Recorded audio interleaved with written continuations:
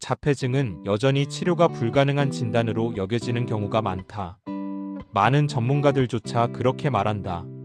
그래서일까? 자폐라는 단어를 듣는 순간 많은 부모들은 마치 아이의 미래가 돌처럼 굳어버린 것 같은 두려움에 휩싸인다. 가능성의 문이 닫히고 앞으로의 삶이 예측 불가능한 그림자로 덮여버린 것만 같다. 하지만 여기서 이야기를 끝낼 필요는 없다.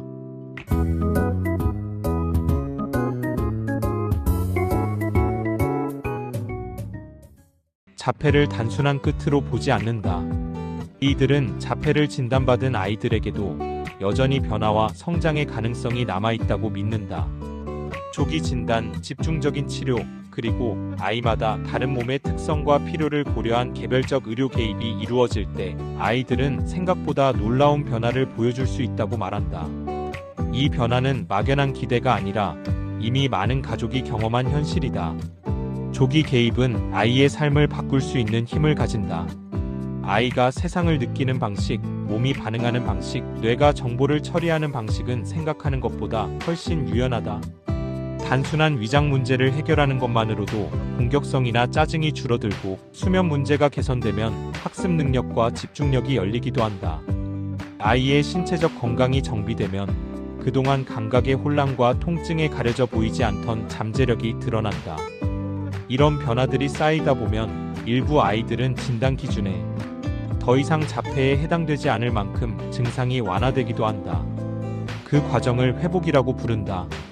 물론 모든 아이가 그 지점까지 가는 것은 아니다.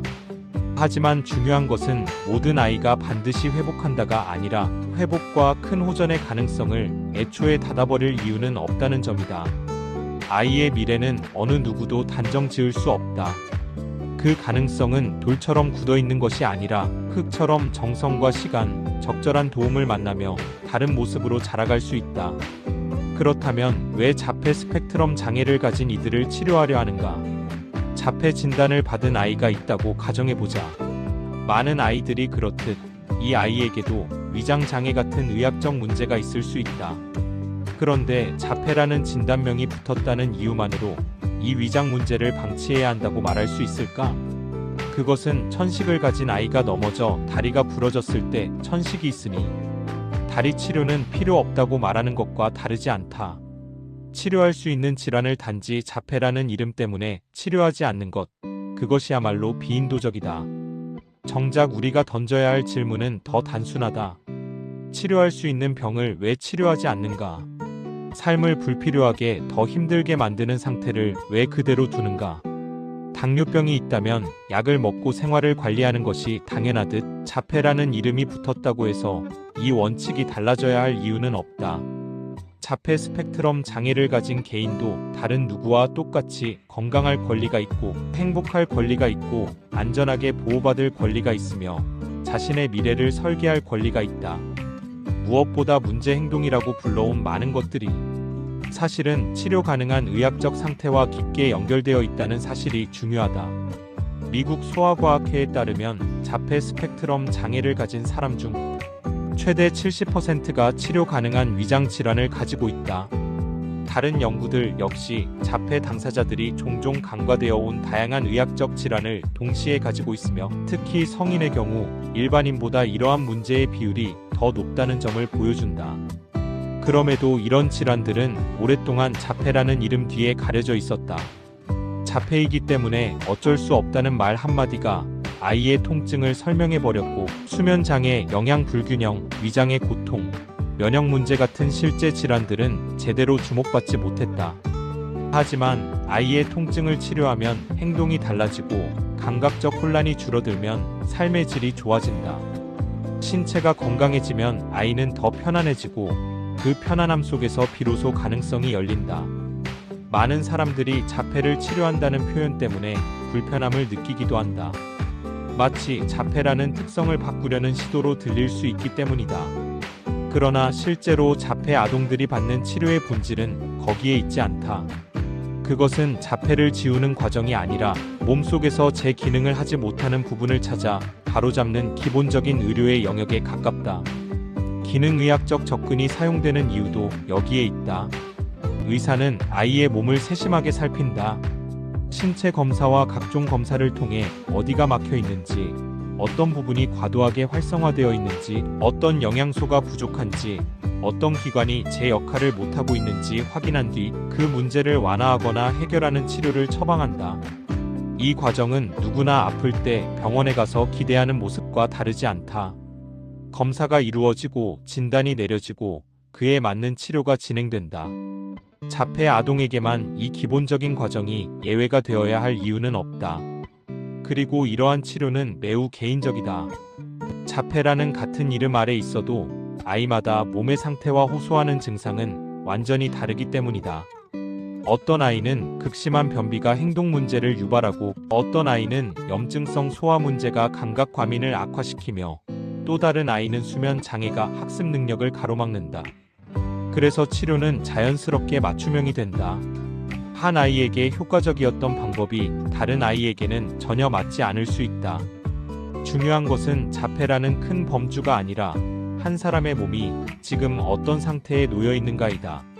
이러한 개별적 접근을 돕기 위해 만들어진 것이 자폐 여정 청사진과 같은 길잡이들이다. 많은 가족이 이 여정 지도를 따라가며 아이의 변화를 경험했다. 아이의 몸이 좋아지면 통증이 줄고, 통증이 줄면 감정이 안정되고, 감정이 안정되면 행동이 달라진다. 결국 모든 변화의 토대는 하나다.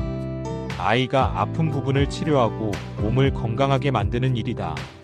기능의학, 특히 발달장애 아이들을 많이 다뤄본 의사들은 자폐 아동에게서 흔히 발견되는 이런 의학적 문제들의 전문성을 가지고 있으며 단순히 행동만을 보고 판단하지 않고 그 뒤에 숨은 원인을 함께 찾아가려 한다.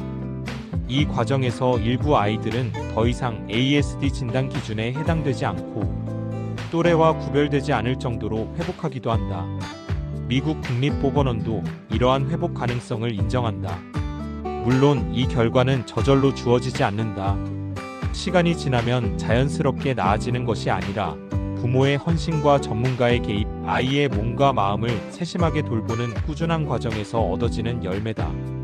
그래서 그런 순간은 더욱 경이롭고 감동적이다. 그러나 회복이 모든 것을 설명하는 단어가 되어서는 안 된다. 회복에 도달한 이후에도 많은 아이들은 특정 식단, 영양제, 생활관리 같은 도움을 통해 자신의 상태를 유지한다. 어떤 이들은 이러한 것들을 지팡이라고 부를지 모른다. 그러나 지팡이를 사용한다고 해서 그 사람의 가치가 떨어지는 것은 아니다. 오히려 넘어지지 않고 더 멀리 걸어갈 수 있게 돕는 도구일 뿐이다. 회복을 유지하는 데 이런 도움들이 필요하다면 그것을 계속 사용하는 것이 마땅하다. 불필요한 어려움 없이 건강한 삶을 유지하도록 돕는 일이기 때문이다. 우리가 치료를 이야기할 때 떠올리는 아이들은 조금 다르다. 말을 하지 못해 답답함을 몸으로만 표현하는 아이. 감각이 너무 힘들어 하루 종일 울거나 소리를 지르는 아이. 잠을 이루지 못해 밤낮이 뒤섞인 아이들. 배가 너무 아파서 배설물을 바르며 괴로움을 드러내는 아이. 위험을 알지 못하고 도로로 뛰어드는 아이. 머리를 부딪히거나 팔을 피가 나도록 물어뜯는 아이. 이들의 행동은 단순한 문제 행동이 아니라 견딜 수 없는 고통과 혼란을 표현하는 방식이다. 이 아이들에게 치료란 의미는 자폐라는 특성을 없애려는 것이 아니다. 지금 겪고 있는 통증과 혼란을 줄여주고 조금이라도 더 안전하고 편안한 몸으로 살아갈 수 있게 돕는 일이다. 그래야 아이가 자신의 목소리를 찾고 미래를 꿈꿀 수 있다. 지금 이 아이들은 통증과 불편함 때문에 일상생활조차 온전히 누리기 어렵다. 그렇기 때문에 이 불편을 줄이고 더 안전하고 편안하게 지낼 수 있도록 돕는 치료가 필요하다. 의료적 문제를 치료하면 아이들의 삶은 실제로 달라진다. 통증이 줄고 수면이 안정되고 감각 과부하가 완화되면 그동안 행동 속에 갇혀있던 가능성들이 서서히 얼굴을 드러낸다. 어떤 아이는 학교에서 더 오래 앉아있을 수 있게 되고 어떤 아이는 처음으로 눈을 맞추며 웃는다. 행동의 변화는 자폐라는 특성이 사라졌기 때문이 아니라 아이 내부의 고통이 줄어들면서 자연스럽게 찾아오는 안정이다. 이 안정이 깊어질 때 일부 아이들은 진단 기준에서 벗어나기도 한다. 그것을 완치라 부르든 회복이라 부르든 중요한 것은 용어가 아니라 아이들의 삶이 더 건강해지고 행복해졌다는 사실이다. 결국 선택은 개인과 가족의 몫이다. 아이를 위해 무엇이 필요한지를 가장 가까이에서 보고 느끼는 사람들은 바로 그 가족이다. 우리는 그 선택을 가능하게 하는 정보와 환경을 마련해야 한다. 말하지 못하는 아이들의 치료 기회까지 함께 닫아버려서는 안 된다. 한 집단의 목소리가 모든 사람을 대신해 말할 수는 없다. 회복은 분명 아름다운 목표다. 많은 가족이 바라고 때로는 기적처럼 이루어지기도 한다. 그러나 모든 아이가 그 길에 도달하는 것은 아니다. 그렇지만 아이들의 의료적 문제를 외면해야 하는 것은 아니다. 회복이라는 결과가 주어지지 않더라도 치료 자체가 무의미해지는 것은 아니다. 아이가 조금 더 편하게 잠들고 조금 더 편안한 표정으로 하루를 보내고 조금 덜 고통스러운 몸으로 세상을 경험할 수 있다면 그것만으로도 치료는 충분한 의미를 가진다. 아이의 나이는 중요하지 않다.